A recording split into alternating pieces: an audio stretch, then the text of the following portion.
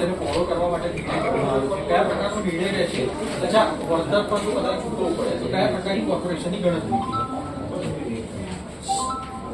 SG highway પર થલતેજ ગામથી શરૂ કરી ભાઈકાકા નગરથી શાક માર્કેટ સુધીનો રોડ મેટ્રો પિલર આવવાને કારણે એ રોડ ખૂબ જ સાંકડો હતો. પરિણામે આપણે વાત કરી કે એ રોડને પ્રિસ્ક્રાઇબ કરીને 36 મીટરનો મોટો રોડ બનાવ, બંને બાજુ 7.5 મીટર 7.5 મીટર. પરિણામે આપણે વાત કરીએ કે થલતેજ ગામની અંદર જે ઘણા વર્ષોથી જે ટ્રાફિકની સમસ્યા હતી, આ ટ્રાફિકની સમસ્યાનો અંત આવશે. ઘણા લોકોને ગુરુદ્વાર થઈ પાછળ સિંધુભવન જવું પડતું હતું, કેટલાક લોકોને ઝાયડસવાળા રોડનો. પરિણામે જે થલતેજમાંથી સિલત તરફ જતા લોકો છે ત્યાંથી રોજના હજારો વાહન પસાર થતા હોય છે. પરિણામે આપની સ્ટેન્ડિંગ કમિટીની અંદર થલતેજ રોડ લાઇનની ડિસ્ક્રાઇબ આજે એને માન્ય કરવામાં આવી છે અને આવનાર સમયગાળા દરમિયાન આ રોડ બંને બાજુ ખુલ્લો કરવામાં આવશે. એમાં કેટલો પહોળો કરવામાં આવશે આસપાસનો? તો એક સાઈડ છે કે બંને સાઈડ એમાં અચલ સાઈડ છે? એની અંદર હયાત રોડ છે, 12 મીટરનો રોડ છે હાલમાં. એ રોડને પ્રિસ્ક્રાઇબ કરીને મેક્સિમમ હાલ 30 મીટરનો ખોલવામાં આવશે અને ત્યારબાદ એને 36 મીટર સુધી પણ લઈ જવામાં આવશે. એટલે પરિણામે રોડની સાઇઝ બંને બાજુ ડબલ થશે, 7.5 મીટર 7.5 મીટર. પરિણામે ટ્રાફિકની જે સમસ્યા હતી એનો અંત આવશે. આ રોડની અંદર લગભગ 188 જેટલા 93 જેટલો રેસિડન્સ, 95 જેટલા 75 જેટલા કોમર્શિયલ, એ રીતે ટોટલ 188 લોકો જે અસરકર્તા છે એ કોર્પોરેશનની નીતિ નિયમના આધારે તેમને વળતરની પ્રક્રિયા કરવામાં આવશે.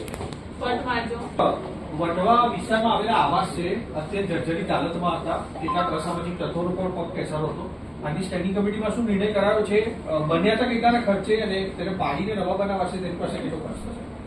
વટવાની અંદર ઈડબ્લ્યુએસ આવાસ જે બનેલા હતા, મોટી સંખ્યાની અંદર જ્યારે આ આવાસ હતા તેનો સ્ટ્રક્ચરલ સ્ટેબિલિટી રિપોર્ટ નેગેટિવ આવ્યો હતો.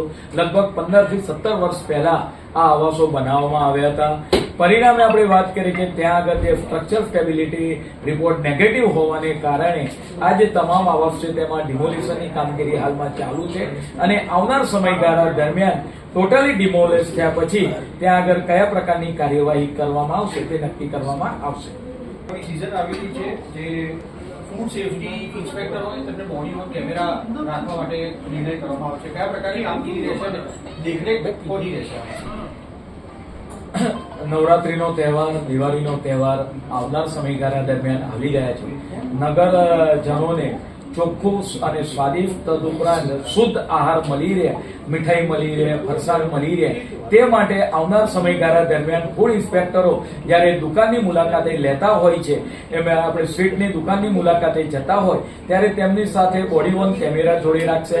પરિણામે આપણે વાત કરીએ કે સમગ્ર જ્યારે દુકાનનું શોપનું મુલાકાત લેતા હોય એનું સંપૂર્ણ રેકોર્ડિંગ થાય.